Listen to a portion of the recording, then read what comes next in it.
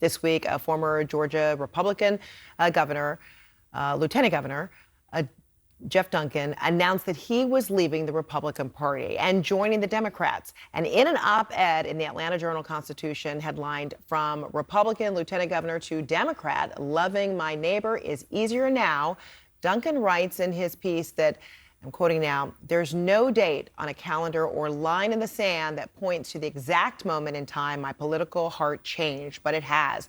My decision was centered around my daily struggle to love my neighbor as a Republican."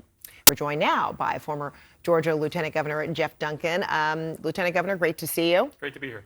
You used some very powerful words there about loving thy neighbor as a Republican, and that was a turning point for you. But help us understand more about why you made that decision. Of course, it was a culmination of things, but I guess the inference was out there too, because you were, after all, at the Democratic National Convention last year. But piece it all together for us.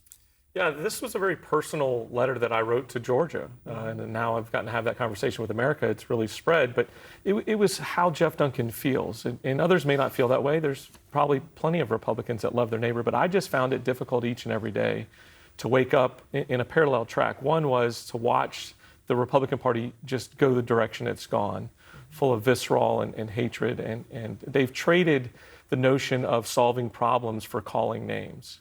And so that created the other problem, was all the solutions that I felt like we needed to have were impossible looking through a Republican lens, but they are possible looking through a Democratic lens. Not perfect, but it's possible. When you start to want to tackle big issues like poverty, as I mentioned in the piece, 1.2 million Georgians don't have health insurance. And Republicans really say that the solution is a job. But when you dig into the numbers, 85% of those people live in a working household. They have a job, they just don't have the right job. And so what can we do to look into that situation and try to help them? Same with guns, right? Over 90% of Americans want to do something with gun control. They want to have universal background checks or red flag laws, but yet Republicans continue to be scared of themselves and their own shadow on the issue of guns. America is crying for us to do something more than just nibble around the edges. And issue after issue after issue, I just felt it. But to your point, nobody's really surprised it's operated around me for the past few years. This has been an evolution happening. I've expressed my discontent with the Republican Party. I've spoken at the DNC. I've campaigned for Kamala Harris. This was the next logical step for me to try to move. You talked about Republicans and the name calling. So then, has there been some name calling as a result of you, making your announcement, or has there been support, among your Republican colleagues or anyone else after you've made this official announcement? Well, certainly there's been some name calling from the deeply ingrained MAGA crowd, and I expected that. My family expected that, right?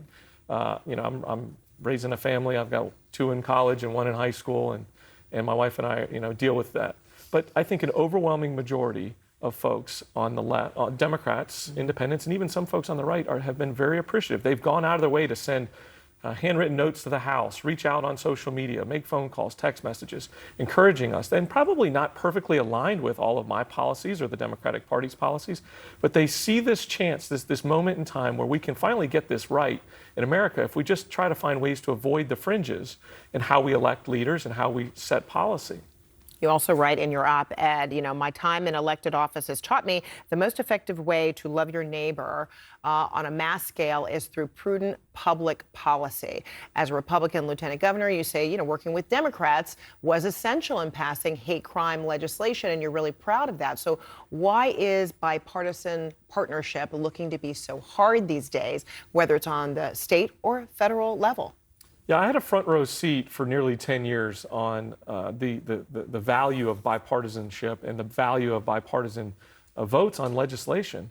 As a state representative and as a lieutenant governor and operated as the president of the Senate, when we used to pass bills just because we had the votes, just because we had enough Republicans to get something across the finish line, it was rarely important. It was rarely impactful. It was rarely a game changer for the state of Georgia. But when we worked together on important issues, and we sought compromise, it's always seemed to be quality legislation that stood the test of time, that actually dug into people's real problems. It didn't help people win elections necessarily, but it helped solve real problems, and hate crimes is a prime example of that.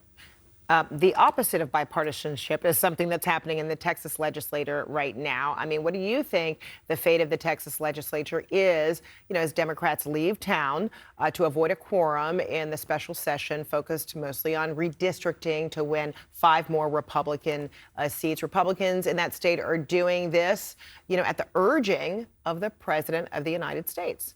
Yeah, I think you have to reverse engineer this, and you have to look at where it all started. And for the most part, Donald Trump's, made it very public that he wanted to find 5 additional congressional seats, and he tasked a Republican legislature and a Republican governor to go do it. And I think the genuineness or the lack of genuineness of that is very easy to see, and I think we have to call balls and strikes on that. That was wrong to do. Gerrymandering's been an issue all over the country. Every state deals with it, and both parties have had their opportunities to get it right and to get it wrong. I think the reality of congressional redistricting and legislative redistricting has got to be rooted in this third-party notion or this out. You can't let the people that are voting themselves in and out of office necessarily be in charge of that. I mean, I'd love to think they're so wholesome to be able to make those great decisions, but there's a process out there that I think is better than just trying to gerrymander. You said it is still wrong, but now Democrats, particularly in California, are on board with the idea of being competitive. If you can't beat them, you join them. So they may be making a move or two as well to try to redistrict. Is it okay? My encouragement to Democrats, and I'm getting to have lots of conversations with them because I'm a Democrat now, is to be back in the idea business. Don't necessarily focus your attention on the technicalities of creating a gerrymandered district. Focus on the ideas. Show up in living rooms and kitchen tables and on people's televisions with big ideas that solve real people problems.